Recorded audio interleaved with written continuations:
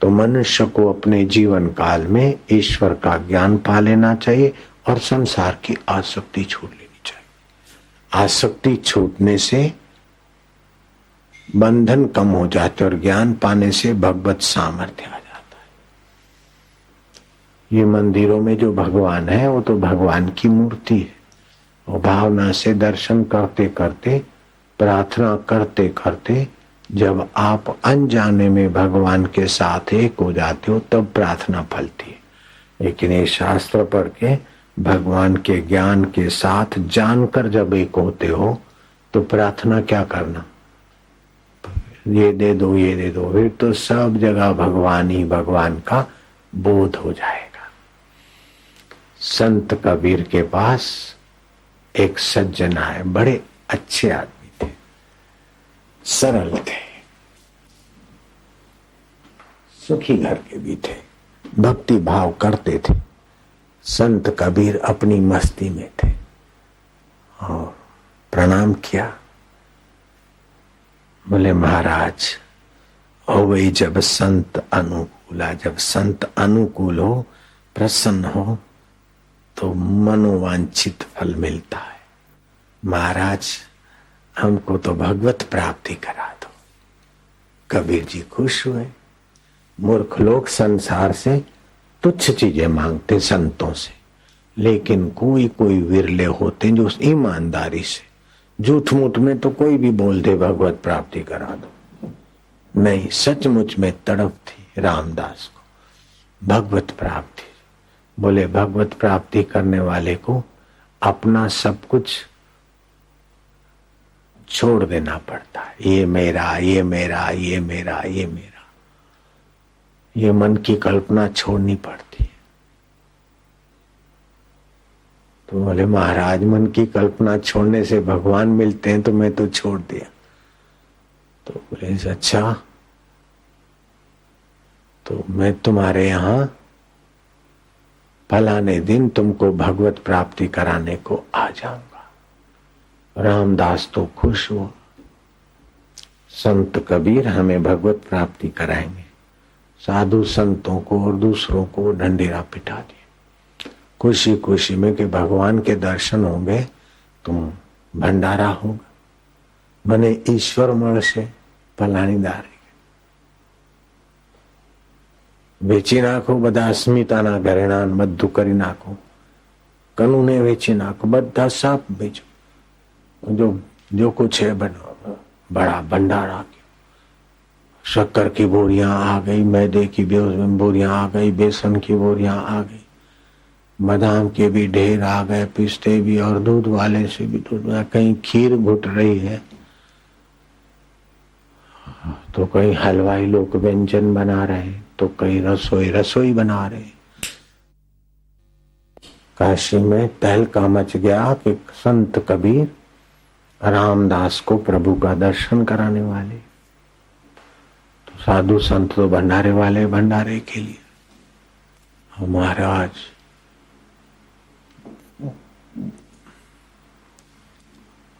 सब व्यंजन तैयार है, कीर्तन हो रहा है, संत कबीर की बाट देख रहे हैं कि वे सत्संग सुनाएंगे और फिर भगवान के स्वरूप का वर्णन करते करते भगवान के दर्शन हो जाएंगे। सबकी अपनी अपनी कल्पना थी। तो लोग देखते रहे कि कैसे भगवान के दर्शन होंगे, हम भी कर लेंगे। रामदास तो बड़ा खुशी में और सच्चा भक्त था। भगवत दर्शन के लिए बाट देखते देखते कईयों को 2-2 पैर हो गई, पेट में गुड़गड़ाहट होने लगी। कई तो भोजन के भगत थे, बोले इनको भगवान के दर्शन होंगे कि नहीं होंगे, हमको तो भूख के दर्शन हो रहे हैं, भाई हमारे लिए तो भंडारा हो जाए। तो सभी लोग भगवत दर्शन के लिए साधु नहीं बन जाते और सभी लोग खाने के लिए साधु नहीं बनते। जिसको भगवत दर्शन की लालसा होती है, तीव्रता से लगता है, उसको भगवत प्राप्ति हो ही जाती। लेकिन सभी को तीव्र लगन नहीं लगती। ये संसारी विकारों में आदमी आसक्ति में फंसता है। वो 12 बज गए, 12:30 हुए, कहीं खीर बन के तैयार है, रसोई के चावल के ढेर पड़े, मालपुए के ढेर, हाँ व्यंजन तैयार है, खुशबू भी आ रही, रसोई भी सब बना बुना के कीर्तन मंडली वाले बाट देख रहे वहां आ गए। इतने में तो महाराज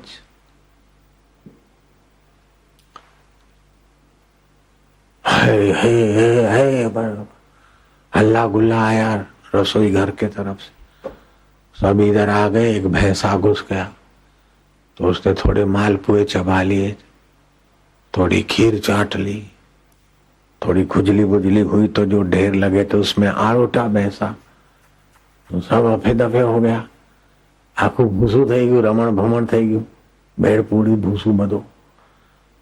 आए तो लोग आए, ये कैसे घुस गया? तो धड़ाधड़ डंडे पे डंडे मारा। हाँ तो भैंसा तो बेचारा, बहुत लोग डंडे मारे तो भैंसा तो हाँफने लगा, उसका तो खाया पिया क्या। इतने में कबीर आए, लोगों का टोला जमा था। लोगों के टोले को देखकर कबीर ने पूछा क्या है? बोले वो भैंसा घुस का ये सत्यानाश। कबीर को तो वासुदेव सर्वमिति परमात्मा के तत्व का ज्ञान हो चुका था। कबीर जी का हृदय द्रवित हो गया कि प्रभु प्रभु प्रभु प्रभु। लोगों ने बोला लो, ये ऐसा पागल आदमी भगवान का दर्शन करवाएगा? वो भैंसे को प्रभु प्रभु करके हाथ घुमा रहा है, प्यार कर रहा है। वो प्रभु प्रभु करते कबीर जी द्रवीभूत हो गए कि कंस के साथ युद्ध करने में भी आपको इतना नहीं परिश्रम पड़ा था। रावण के साथ प्रभु आप भिड़े थे तब भी आपको इतना चोटें नहीं लगी थी। आज आपको इतनी चोटें लगी। अरे प्रभु नारायण, क्या रूप आप! पहले तुम मखोल की दृष्टि से देखते थे, इन कबीर जी की वासुदेव सर्वमिति समात्मा सु दुर्लभ वो पैनी दृष्टि और हृदय का भाव ने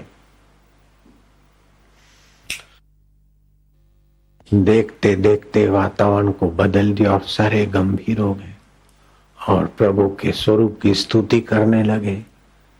तुम सत स्वरूप हो, चेतन स्वरूप हो, ज्ञान स्वरूप हो। ये आंखें तुम्हारी सत्ता से देखती है, आंख तुमको नहीं देख सकती।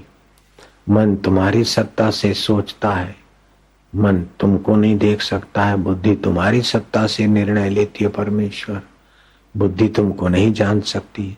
सारी जानकारियों को सत्ता देने वाले मेरे सर्वेश्वर भैंसे के रूप में यहाँ घुसे, कोई किसी रूप में है। आपका अनेक रूपों में अनेक लीलाएं हैं मेरे नाथ।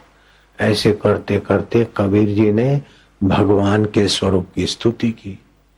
तो रामदास तो परिपक्व फल था, तो रामदास को दूसरे जो भी शांत साधु थे, तो भगवान आनंद स्वरूप हो, आप चेतन स्वरूप हो, आप ज्ञान स्वरूप हो और सदा साथ में रहने वाले नित्य प्रकाश ज्ञान स्वरूप हो।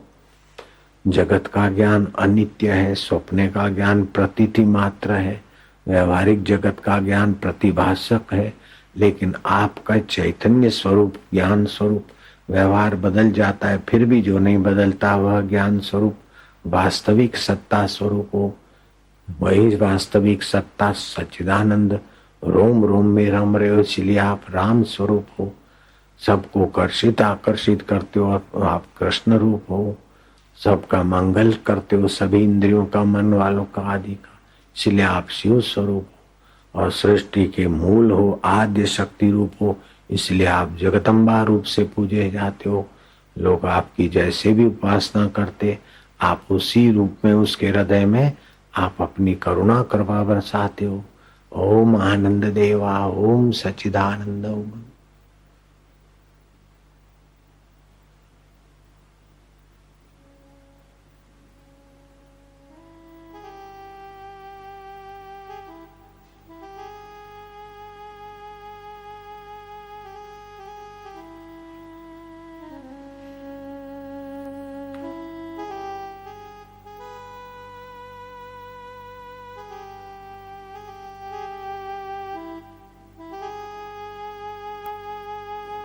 ओम आनंद। शांत स्वरूपाय नमः। ओम चैतन्य रूपाय नमः। ओम कृष्ण रूपाय नमः। कृष्ण कन्हैया बंसी बजैया वृंदावन की कुंज गलियों में, हमारे हृदय गलियों में तू अपनी मधुरता प्रकाशित करने वाले प्रभु, मारा वालुड़ा ओम आनंद देवा। ओम ओम आनंद ओम ओम माधुर्य ओम ओम चैतन्य ओम ओम सुख स्वरूपाय ओम ओम माधुर्य रूपाय ओम ओम सर्वरूपाय ओम ओम शुद्ध रूपाय ओम।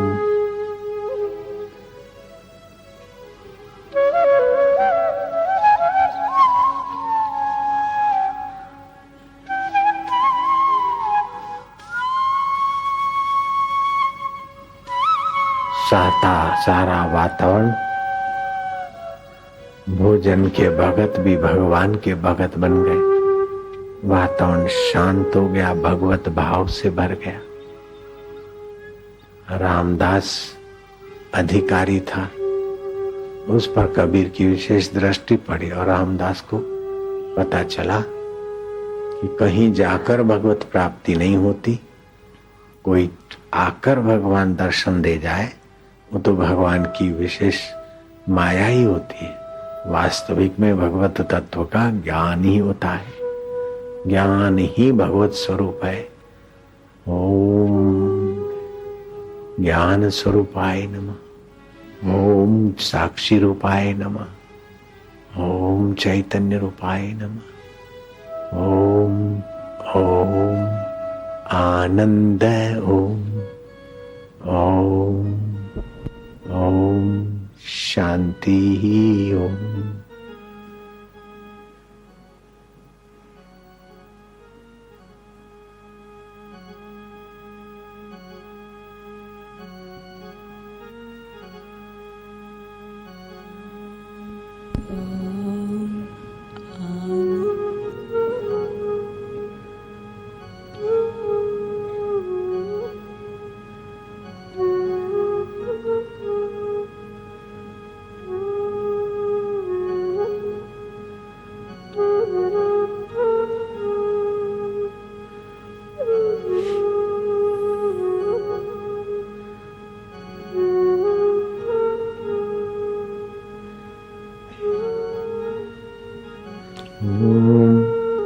आनंद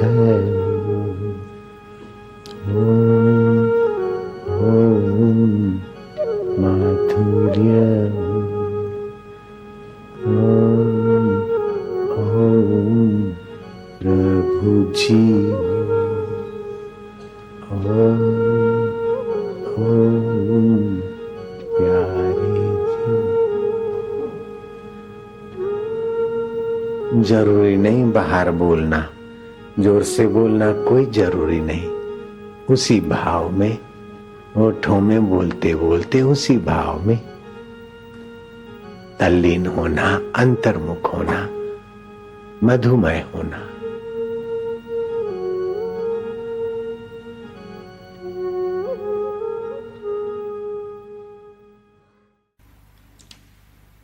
गाय के शरीर में 24 घंटा ऑक्सीजन, सूर्य की तुनाड़ी का प्रभाव।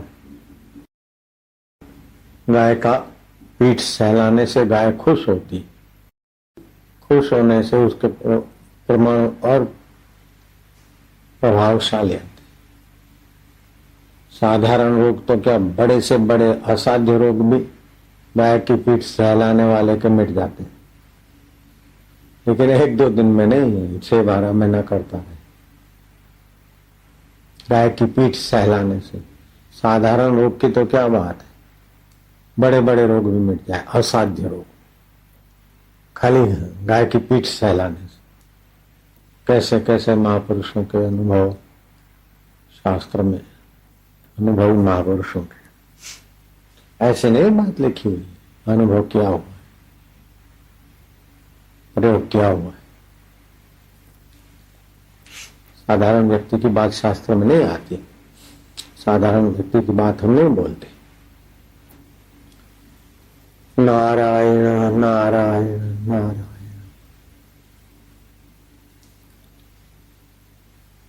खिला पिला के देह बढ़ाई, वो भी अग्नि में जलाना है।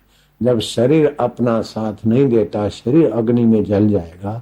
तो इन चीजों में ममता रखना नहीं, उपयोग करना, लेकिन ममता तो भगवान में रखना।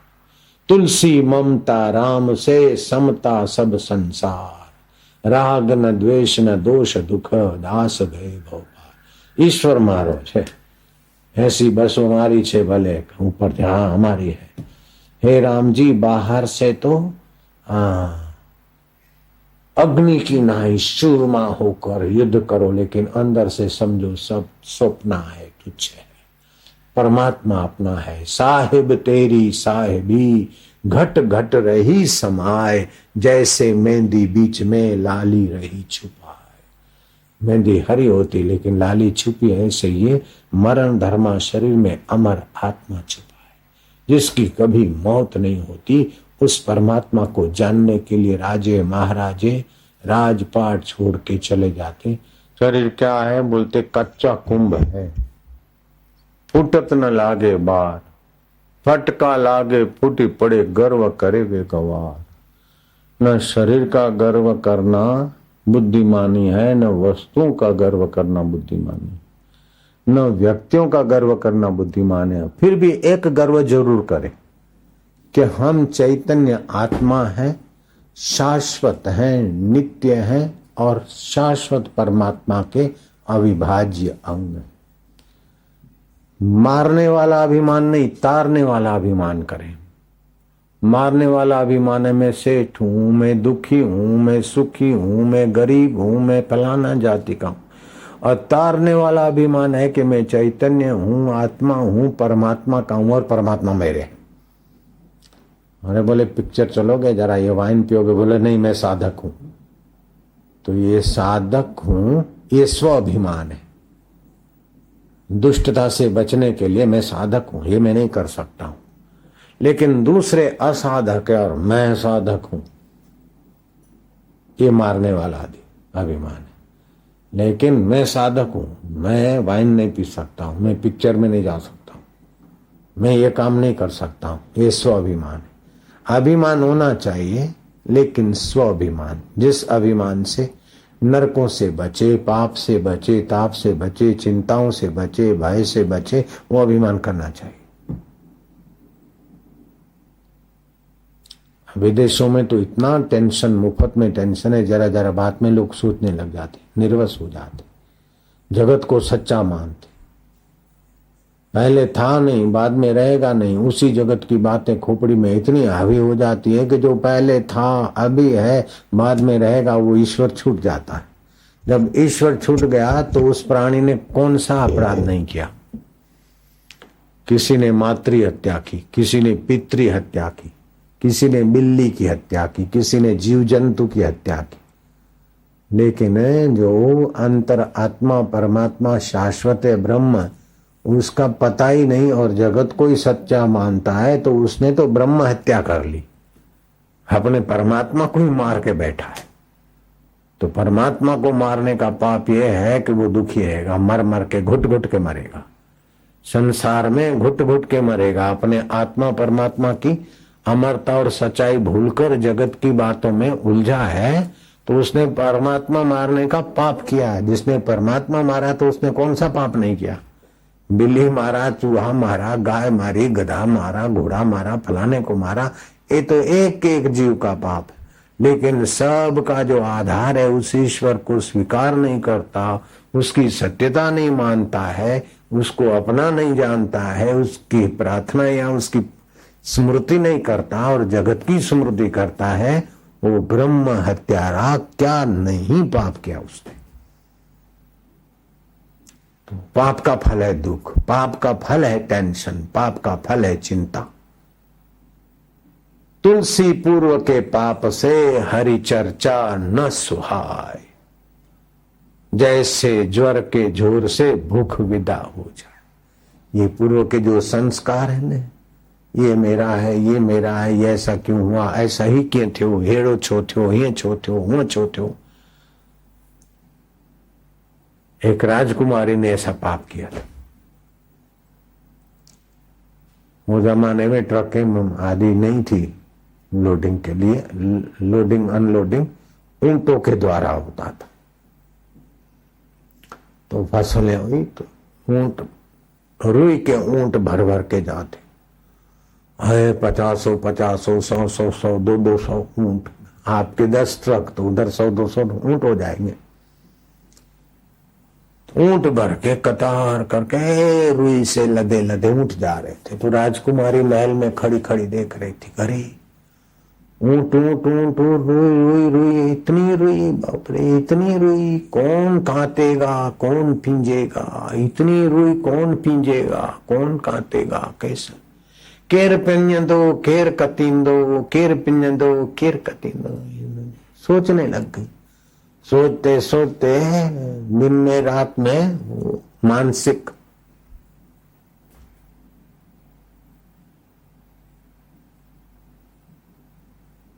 असंतुलन हो गया। दवा कान थींदी मुझे दर्द जी, हकीमन के कहड़ी खबर मर्ज जी। ऐसा क्यों हुआ, इसने ऐसा क्यों करा। सत्य का तो पता नहीं था, और असत्य जो संसार था, मिथ्या जो संसार है, बदलने वाला जो संसार है, वो सच्चा लगने लग गया। दवाइयां, ये इलाज, टूना फूना, अला बांधू बला बांधू, टूना टोटका, लेकिन जब मानसिक हो गया तो टूना टोटका क्या कर लेगा। आखिर नगर में एक संत आए और ढंढेरा सुना कि राजा की राजकुमारी को कोई दवा नहीं लगती, कोई टूना टोटका नहीं लगता। राजा बड़े दुखी हैं, राजकुमारी को कोई ठीक कर दे तो राजा उनके चरणों में अपना मस्तक रखेंगे। ये संत ने कहा, मस्तक रखेंगे तो क्या है, नहीं रखे तो क्या है, राजकुमारी को ठीक तो कर लेंगे, बच्ची है अपनी। जो संत जरा शांत है तो संत के चित्त में वो आके कुछ भी नहीं बात में। तो राजकुमारी को संदेशा भिजवाया राजा को कि ले आ तेरी बेटी को हम ठीक कर देते। उसके साथ की जो सहेली उसकी सेवा में है पुरानी, उसको भी ले आना। बोले कब से क्या हुआ था। तो सहेली ने बात बात में संत ने पूछा, तो सहेली ने बताया कि एक बार वो बालकनी में बैठे बैठे देखा था ऊंटों की कतार, बस तब से इनको कुछ हो गया है। क्या पता कोई छाया पड़ गया, कोई परी की असर पड़ गई है, कोई भूत की हवा लग गई है, कौन पींजेगा कौन काटेगा, ऐसा बोलती थी। बस उसके बाद तो ऐसी आंखें फटी, इसकी वायरी थी, वायरी। संत ने कहा कि अरे राजकुमारी ऊंट ऊंट ऊंट, अरे रुई रुई रुई रुई रुई, ऊंटों की कतार कतार। तो राजकुमारी ध्यान से सुनने लगी। संत ने देखा ठीक निशाना जम रहा है। बोले कतार कतार, खूब खूब ऊंट, खूब खूब रुई रुई रुई, बड्यो बड्यो बड्यो, रुई रुई कतार कतार कतार। वह गए व्या व्या व्या व्या, डिग डिग डिग डिग डिग लाए, डिग कयूं डिग डिग, वडो पहाड़ पहाड़ पहाड़। के माण्हू बीड़ी पीधी, बीड़ी न चवंदा वारे द्वारा, बीड़ी बीड़ी बीड़ी पीतई ऐं उन मों उछले छॾियो सिगरेट उन पासे। बाहि लॻी बाहि लॻी बाहि लॻी, महाराज एतो भांजी वही भंबट थी वरी खत्म। राजकुमारी सड़ी वही, बस कोई भी नहीं कहते, बस सोटो दे सोटो दे सोटो दे सोटो दे। राजकुमारी के खोपड़ी से टेंशन उतर गया और ठीक हो गई। तो ये जगत क्या है, रुई का ढेर है। हेॾा माण्हू कीअं हलंदा, ही कीअं थींदो, ही कीअं। अरे पैदे हुए, जिए और सिर्फ मरने जा रहे, और क्या हो जाएगा।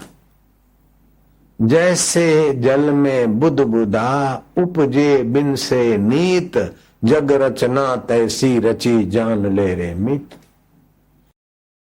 पानी में लहरें, अरे इतनी लहरें, इतनी लहरें, इतने बुलबुले, इतनी झाग, क्या होगा क्या होगा। अरे जैसे हुआ ऐसे छू, होता है फिर होता है होता। तेरा विषय नहीं है झागों को, लहरों को, बुलबुलों को देखना। तेरा विषय कि इनकी गहराई में पानी, समुद्र के गहराई में ज्यों का त्यों, ऐसे सृष्टि के गहराई में और हमारे गहराई में आत्मा परमात्मा ज्यों का त्यों साक्षी स्वरूप। मन तू ज्योति स्वरूप अपना मूल पहचान। तू आत्म ज्योति है, अपने मूल को पहचान। ईश्वर को पाने के लिए आया, झूठ बना बना कर मर जाने को आया, गाड़ियां चला चला के मर जाने को आया, दुनिया को खोपड़ी में डाल डाल के परेशानी लेने को आया। मनुष्य जन्म का फल ये है कि अपना उद्धार कर ले, मर जाए फिर भूतों के भटके, अथवा किसी के गर्भ में आए, गर्भ मिले न मिले तो उसके पेशाब में बह गए, गटर में चले जाए, तो डमम डमैया की ऐसी तैसी, तुम्हारी जिंदगी की ऐसी तैसी, पेशाब में ही बहना पड़े, ऐसा ही जीवन हुआ तो तुमने क्या जिया। बीमार होकर मर गए, लाचार होकर मर गए, संसार को खोपड़ी में डालते डालते मर गए, तो मनुष्य जीवन तुम्हारा व्यर्थ, माँ का गर्भ धारण करना व्यर्थ, पिता का परिश्रम व्यर्थ, मित्र और गुरुओं की सेवा सब व्यर्थ कर दी मूर्ख तुमने। श्री कृष्ण ऐसे लोगों को पर कृपा करके गाली देते। गीता में 108 गालियां दी, गीता में 108 गालियां दी। जो संसार को सच्चा मानकर जरा इतना निपटा लूं, जरा इतना कर लूं, फिर करूंगा, जरा ये ठीक कर लूं, वो ठीक कर लूं, संसार को ठीक करके फिर भजन करेंगे तो करेंगे, ऐसे लोगों को भगवान ने 108 गालियां दी कृपा करके। निंदक निंदा करता है तो हमारी कमजोरी देखकर निंदा करके वो खुश होता है, लेकिन माता पिता और गुरु अगर थोड़ी निंदा करते हैं, डांटते हैं तो हमारी भलाई के लिए, तो उनको निंदा का पाप नहीं लगता है, उनको तो परहित का स्वभाव है। तो श्री कृष्ण जो निंदा की या 108 गालियां दी, तो गीता तो पूजनीय है, गीता में 108 गालियां हैं। फिर गीता पूजी जाती कि कृष्ण के हृदय में करुणा है, दया है। श्री कृष्ण ने गाली दी, विमुढ़ा वीआईपी कोटा के मूर्ख, आसुरम भाव आश्रिता, असुरों के भाव का आश्रय लिया, जगत को सच्चा मान के जगत में से कुछ पाना, कुछ ढेर करना, ये आसुरम भाव आश्रिता। नरा अधमा, मनुष्यों में वे अधम है।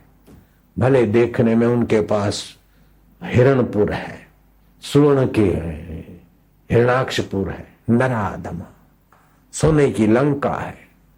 रावण राक्षस नहीं था, लेकिन ऐहिक जगत से मजा लेकर बड़ा बनना ये राक्षसी प्रवृत्ति, इसीलिए राक्षस कहलाए। पुलस्त कुल के अंदर पैदा हुआ, तो पुलस्त ऋषि की परंपरा का बेटा कोई राक्षस होता है क्या? लेकिन रावण को राक्षस कहते। आसुरम भावम आश्रिता, विमुढ़ा, विमुढ़ा नानु पश्यन्ति, पश्यन्ति ज्ञान चक्षुषा। विमुढ़ लोग उस मुझ अंतर आत्मा शाश्वत परमेश्वर को नहीं जानते, ज्ञान की आंख से जाना जाता।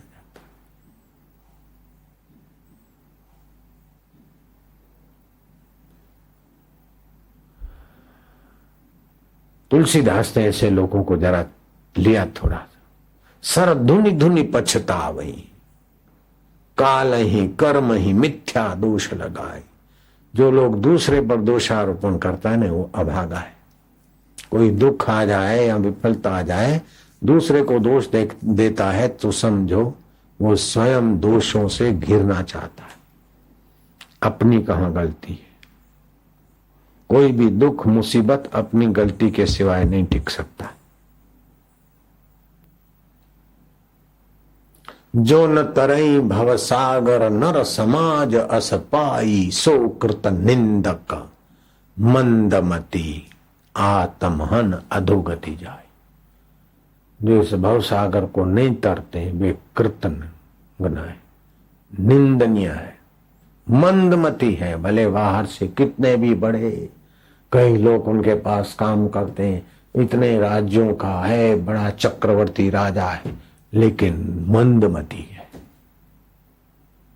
सोकृत निंदक मंदमती आत्महन, अपने आत्मा परमात्मा की हत्या किया है। बाहर से भले कोई कह दे भाई डमम डमैया वाला है, बड़ा है, थोड़ी देर के लिए कृपा करके आपको जरा प्रोत्साहित कर दे, लेकिन अंदर से क्या कर रहे हैं हम? सोकृत निंदक मंदमती, वो मंदमती है। आत्महन अधोगति चाही, इससे बड़ी अधोगति कहां देखने जाओगे? राजा नृग थे, तुम्हारे पास तो 10,000 5,000 25,000 आदमी काम करते मान लो, लेकिन राजा नृग के अधीन कितने लोग काम करते थे? पूरा राज्य। उस राज्य में तो कई सेठ होते, कई मिल मालिक होते, कई हजारों हजारों आदमियों को चलाने वाले सेठ साहूकार होते, कंपनियां। ऐसा राजा नृग क्रिकेट बन गया मरने के बाद। श्री कृष्ण ने उनको निकलवाया। वन विहार करने जा रहे थे तो एक सूखे कुएं में क्रिकेट पड़ा है। बलराम, साकेती, कृतवर्मा ने देखा, प्रयत्न करने पर सफल नहीं हुए तो श्री कृष्ण को बुलाया। श्री कृष्ण ने निकलवा दिया और अपनी कृपा डाल दी, तो उसकी गर्दन लुढ़क पड़ी, छोटा सा प्रकाश निकला उसके शरीर से, देखते देखते देवता बन गया। सब कुछ जानने वाले कृष्ण अनजान होके पूछते कि देव पुरुष तुम्हारा नाम क्या है, तुम कहां से आए हो, इधर दर्शन देने की कृपा क्या है? वो कहता है कि माधव। माधव आप सब कुछ जानते हो, फिर भी इन अपने मित्रों को, सेवकों को ज्ञान देने के लिए अनजान होकर पूछते हो तो लाल जी, पृथ्वी पे बड़े बड़े राजाओं की जो यश गाथा है उसमें सबसे ज्यादा यश गाथा अभी भी जिसकी सुनाई पड़ती है, मैं वो अभागा हूं। भाट चारण जिसके गुणगान करते हैं राजाधिराज माधव, आसमान के कोई तारे गिन सकता है, लेकिन पृथ्वी पर मैंने कितनी गाय दान की वो कोई नहीं गिन सकता। इस प्रकार की मेरी यश चल रही है। तो कृष्ण ने कहा अच्छा तो तुम राजा नृग हो? बोले हाँ महाराज, वही मैं अभागा हूं। उस समय तो डमम डमैया वाले तो उनके चमचे थे, राजा नृग के कई चमचे थे, डमम डमैया छमम छमैया वाले। वो राजा नृग क्रिकेट होकर पड़ा है। अब क्रिकेटी का गर्भ मिला, गर्भ नहीं मिलता तो क्रिकेट के शरीर के द्वारा क्रिकेटी में घुस के बकरे का शरीर मिल गया, नहीं तो बकरे के द्वारा पेशाब में बह जाते। मनुष्य का शरीर मिल गया, नहीं तो माँ के पेशाब के द्वारा गटर में तो चले जाते। और क्या तुम्हारा भाई गटर में चला गया? तुम्हारे सगे भाई कई गटर में चले गए, मैं छाती ठोक के कह सकता हूं। नास्तिक लोग भी इसमें नकारा नहीं बोल सकते। कोई भी ऐसा व्यक्ति नहीं जिसके भाई कई गटर में न बह गए हो, बहनें गटर में न चली गई हो। बोलो क्या ख्याल है? चाहे कलकत्ता का हो, चाहे दिल्ली का हो, चाहे दिल्ली का वकील हो, चाहे कलकत्ता का डमम डमैया हो, तुम्हारे कई भाई पेशाब के द्वारा नाली में गटर में बह गए, और तुम्हारे कई बेटे और बेटियां भी बह गए।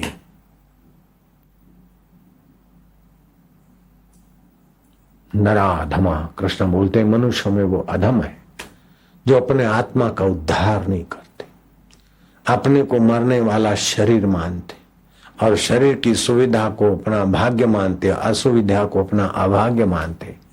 नहीं नहीं, असुविधा आई तो वैराग्य बढ़ाने के लिए, सुविधा आई तो सेवा करने के लिए। इन दोनों का उपयोग करके आत्मा परमात्मा को जान लो। लाला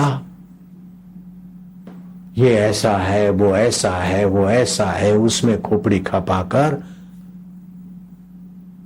एक साधना है 12 से 3 बजे की, शांत वातावरण था। लेकिन 12 से 3 बजे की साधना का बहाना करके आपस में गपशप लगाने वालों को तो प्रेत होना पड़ता है। खा वही रोटी और करे गपशप, जो सुबह सूरज उगने के बाद सोते रहते हैं वो साधना नहीं करते, वो आराम जाते, साधना का बहाना। साधना से तो सात्विकता आती है, वो जाता है, तेज आता है, बल आता है।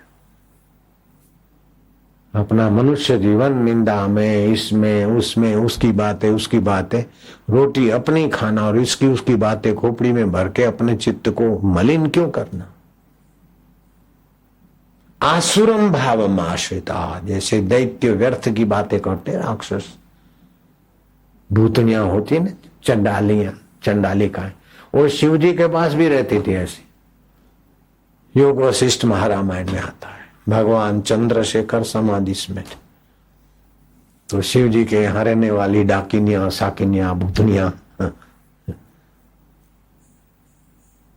उन्होंने सोचा कि शिव जी समाधि से उठते हैं तो पार्वती जी उनकी सेवा में होती और पार्वती जी को सार सार बातें सुनाते।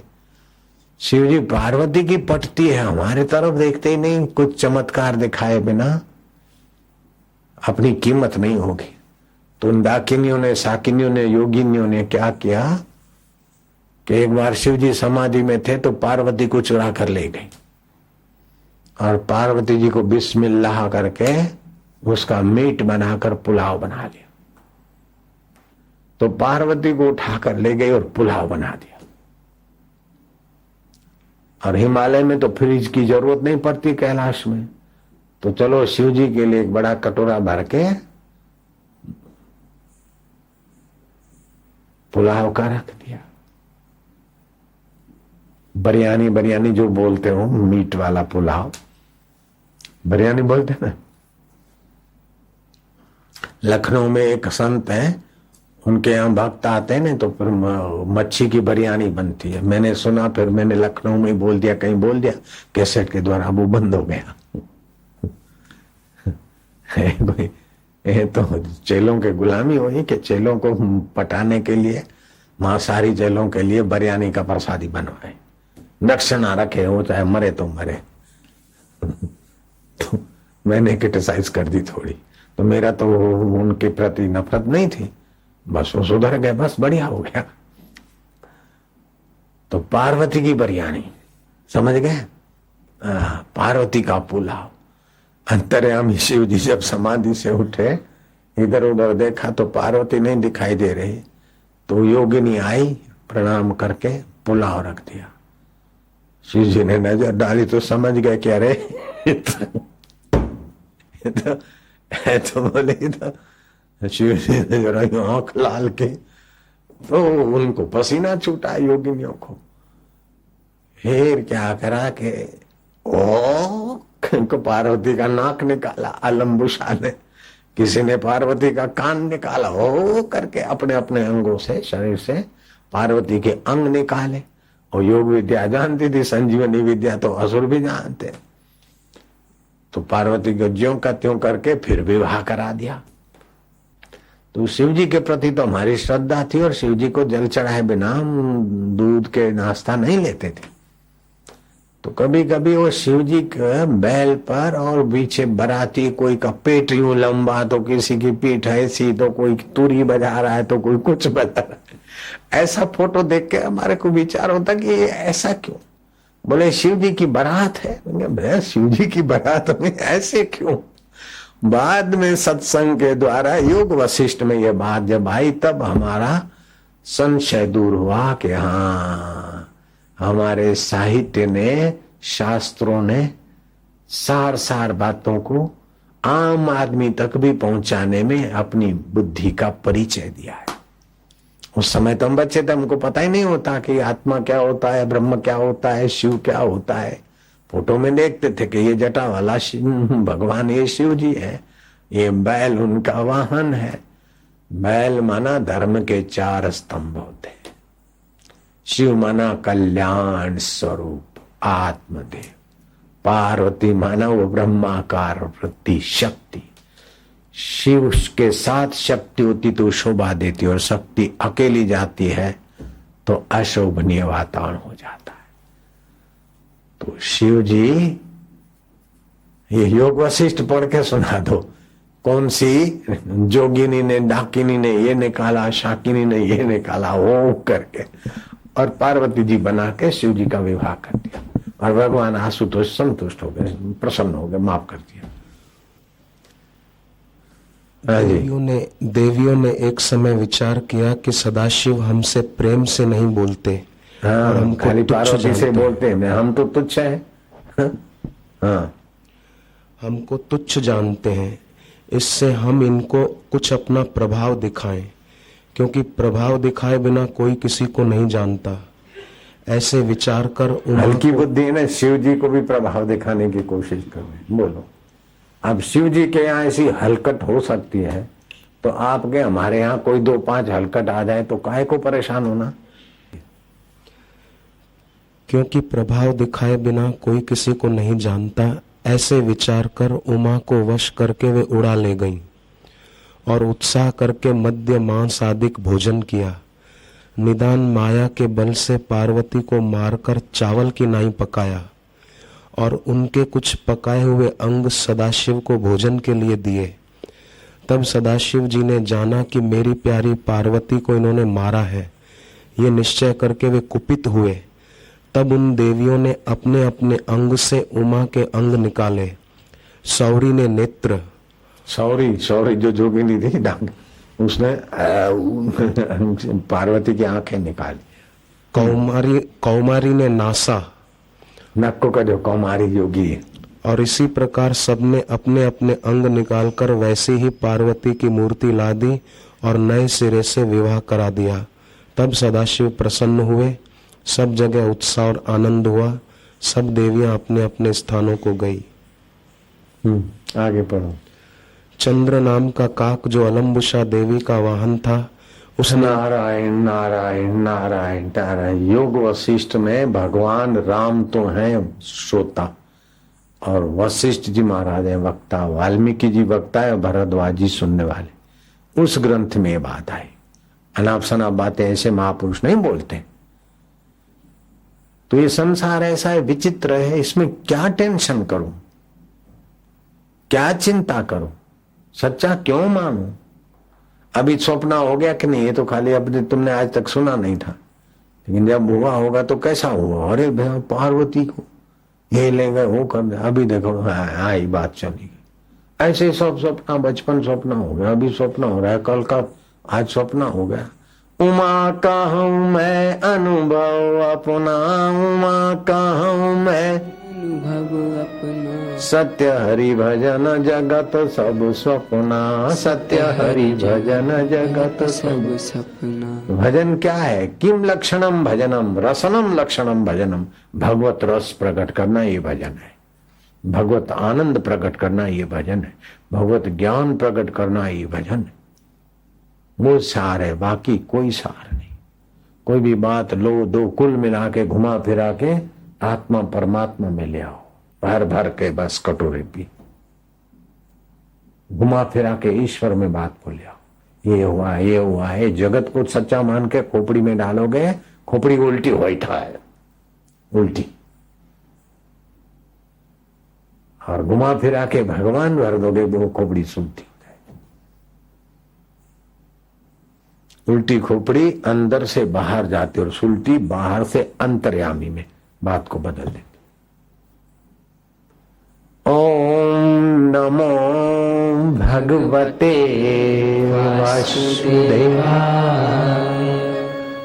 ओम नमो भगवते वासुदेवाय, ओम नमो भगवते वासुदेवाय। एक होता है पाना, दूसरा होता है जानना।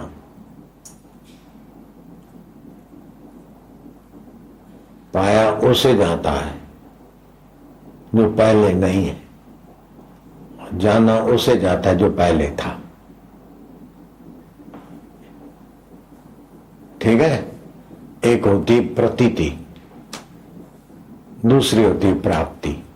तो दुनिया की चीजों की प्रतीति होती है कि हमें ये मिल गया, ये मिल गया, ये मिल गया, जैसे स्वप्न में प्रतीत होता है ये मिल गया, ये मिल गया, ये मिल गया, आंख खुली तो कुछ भी नहीं।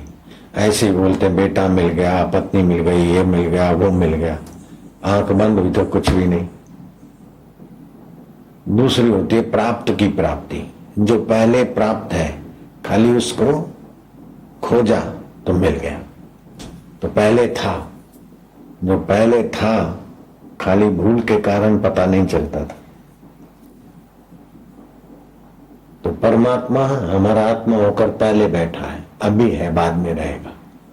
बेटा पहले नहीं था, शरीर भी पहले नहीं था, दुनिया का कोई धन दौलत पहले नहीं था। जो पहले नहीं था वो बाद में भी नहीं हो गए। अच्छा, हाँ, तो जो पहले नहीं था वो बाद में भी नहीं रहेगा। अनित्यानि शरीराणि वैभवो नैव शाश्वता नित्य सन्निहितो मृत्यु कर्तव्यो धर्म संग्रह। रोज मौत के तरफ आगे बढ़ रहे। तो अभी जो मिला है उसके बाद भी जो मिलेगा तब कब तक रहेगा। संभाल संभाल के ही मरना है ना। अगर सत्संग है तो जो मिला है ठीक है, मिलेगा ठीक है, उसका उपयोग सत्य के लिए हो जाएगा। सत्य सदा रहता है, जो पहले था अभी है बाद में रहेगा। और प्रतीति पहले नहीं था बाद में नहीं रहेगा, अभी प्रतीत हुआ। पहले अमेरिका में मेरी दुकान नहीं थी, अमेरिका वाले समझ लो, तो बाद में भी नहीं रहेगी। पहले मेरा ये नहीं था तो बाद में भी नहीं रहेगा। लेकिन मेरा आत्मा परमात्मा पहले था, शरीर के पहले था और अभी भी है, वो बाद में रहेगा। तो वो सदा प्राप्त है, ईश्वर सदा प्राप्त है और संसार प्रतीति मात्र है। और प्रतीति ज्यादा हो गई तो अपने को भाग्यशाली मानते, नहीं हुई कम हुई तो अपने को अभागा मानते। तो गरीबी दुर्भाग्य नहीं है, अमीरी दुर्भाग्य नहीं है, नासमझी दुर्भाग्य है, कुसंग दुर्भाग्य। वाहवाही होना, धन होना ये सौभाग्य नहीं है, सत्संग मिलना ये सौभाग्य। भगवान राम के गुरुदेव कहते हैं तो प्रतीति जो है वो दो प्रकार की होती है। एक होती है प्रतिभासिक प्रतीति, जैसे स्वप्न में ये मिल गया, वो मिल गया, ये हुआ, वो हुआ, और उस समय उस होने का सुख दुख भी होता है। जेल आ गई तो दुखी हो गए स्वप्न में, शत्रु का के ऊपर हम हावी हो गए तो मजा आता है। उसको बोलते हैं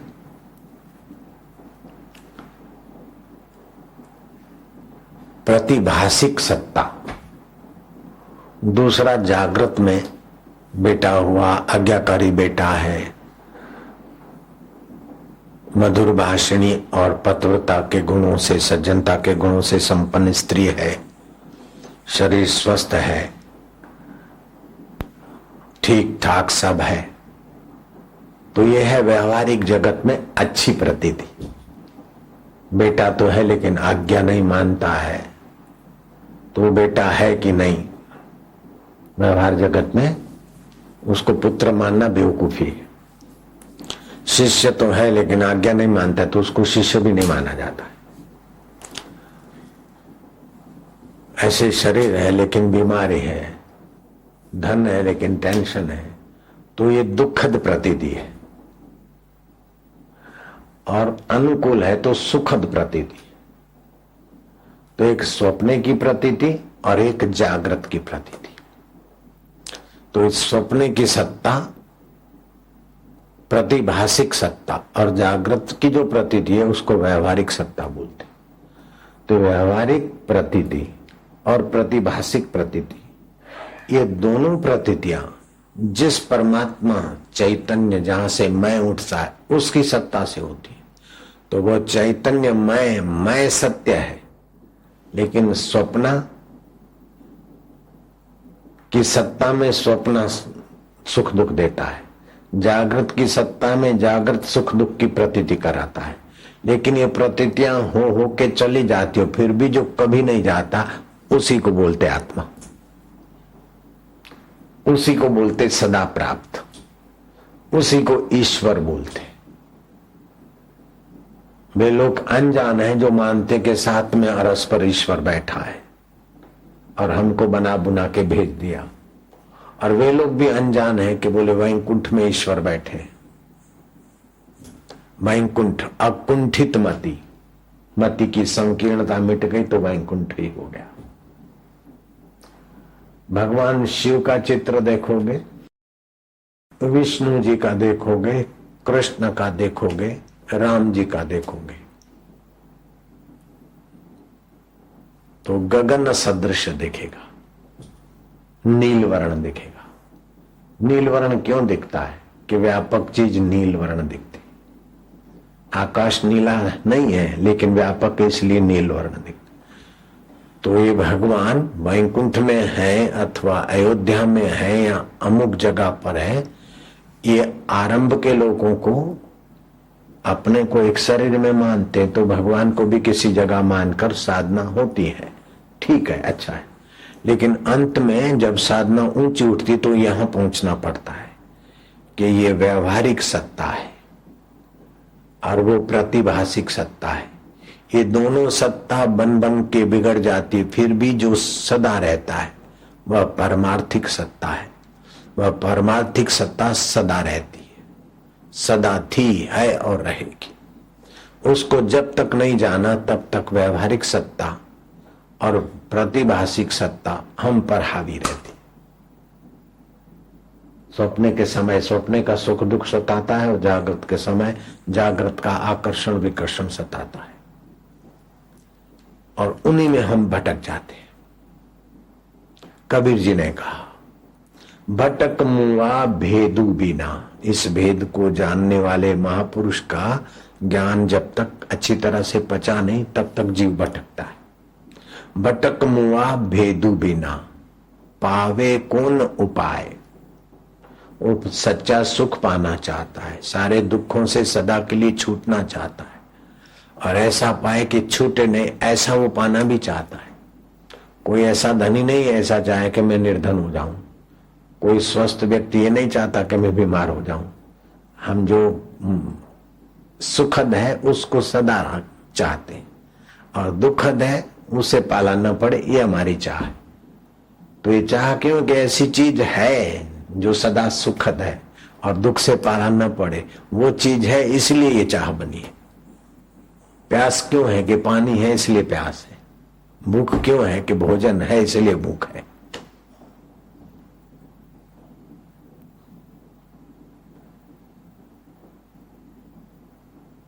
तो कभी दुख न आए, दुख से पाला न पड़े और पूर्ण सुख रूप हो, वह है परमार्थिक सत्ता। तो व्यवहारिक सत्ता में सुख दुख होता है, प्रतिभासिक सत्ता में भी सुख दुख होता है, लेकिन परमार्थिक सत्ता जो है उसमें न सुख की कीमत है न दुख का प्रभाव है।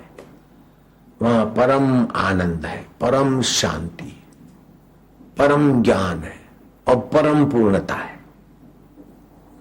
फिर उस महापुरुष को जो परमार्थिक सत्ता में ज्यों के त्यों जगह है, उनको ये नहीं होता कि हमें कृष्ण जी के दर्शन हो जाए, राम जी के दर्शन हो जाए, हमारा नाम हो जाए, हमारा ये बन जाए, हमारा ये बिगड़ जाए। नहीं होता। जो हुआ अच्छा हुआ, जो हो रहा है अच्छा है, जो होगा वो अच्छा ही है। सब सपना है। तो ये परमार्थिक सत्य को पाने के लिए मानुष्य बुद्धि है, और परमार्थिक सत्य के तरफ ले जाए उसी को सत्संग बोलते हैं। बाकी सब कथा वार्ता ये सब। मैंने बताया था कि आपको प्रसिद्ध होना है तो एक तरीका है। एमएलए की प्रसिद्धि कुछ भी नहीं, मिनिस्टर की प्रसिद्धि कुछ नहीं। मैं ऐसा तरीका बताऊं कि लोग आपको भगवान करके पूजे, लेकिन वो व्यवहारिक जगत में होगा। आत्म शांति अलग चीज है। हाँ, कोई आत्म शांति भी पाले और ये खेल भी कर ले, उसकी मौज की बात है। आप ना धो के अपने घर में कहीं भी साधना के कमरे में एक आईना रख दो, खड़े खड़े भी उसमें अपने को देखो, बैठे भी उसको देखो, उसको देखने का ऐसा अभ्यास करो, अपना छाया दिखेगी आईना में, फिर आंख बंद करी तो आप अपने को देखो। अभ्यास करना पड़ेगा, त्राटक करना पड़ेगा। फिर आप आईने में बैठ खड़े हो तो अपने को देखते हो, लेकिन आईने की तरफ से हटा दिया फिर भी अपने को अपना चित्र दिखे, खड़े बैठे चलते। तो एक प्रकार का थोड़े दिन ये साधना मानो एक प्रकार का पागलपन। आप फिर उस छाया से बातचीत करने लगो। आईना है लेकिन आईने में जो देख रहे हैं फिर यूं करो तो वहां भी दिखे, ऐसी एकाग्रता हो जाए। ये समझो आपका मन शरीर नियंत्रण में आ गया। आप बोलो जाओ डाकोर के भजिए ले आओ, यूं करोगे, मन में सोचोगे और यूं करोगे डाकोर के भजिए आ जाएंगे। आप बोलो जाओ आगरा का पेठा ले आओ, बस मन में बोलते ही थोड़ी देर में आप यूं करोगे तो आगरे का पेठा। जयपुर से करेले का अचार ले आओ, जयपुर में मिलता है, आ गया। जोधपुर से गुंदे का अचार ले आओ, गुंदानो अचार, मोटा गुंदानो, आ गया। समझो आप उस विद्या में सफल हो गए। फिर आप अपना गोदाम बना के रख दो पास में, कंकु की डब्बी, रिंग और कोई चीज है। कोई भी भक्त आया, भभूत या जो भी कुछ आपकी मौज की बात है तो उसको बोलो कि क्या चाहिए, कंकु चाहिए, रिंग चाहिए। फिर आप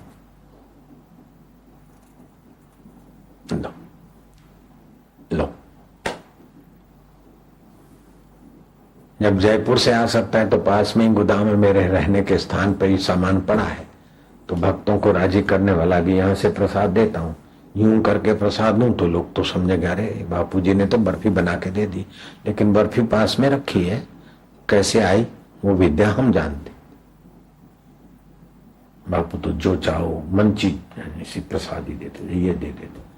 अरे उसको वो दे दिया, कोष्ठ शुद्धि यूं करके दे दिया, उनको तो ये दे दिया, उनको ये दे दिया। अरे भाई, तो लोग इससे प्रभावित हो जाएंगे, लेकिन प्रभावित होंगे तो व्यवहारिक सत्ता में उलझते रहेंगे ना।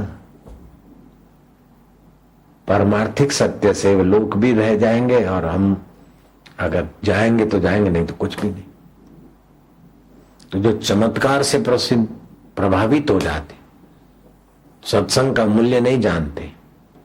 मैं देखो ऐसे किसी की भी क्रिटिसाइज में नहीं मानता हूं, वो भी अपनी जगह पर अच्छा है, ठीक है, धन्यवाद, थैंक्स। लेकिन ईश्वर प्राप्ति का मार्ग कुछ निराला है।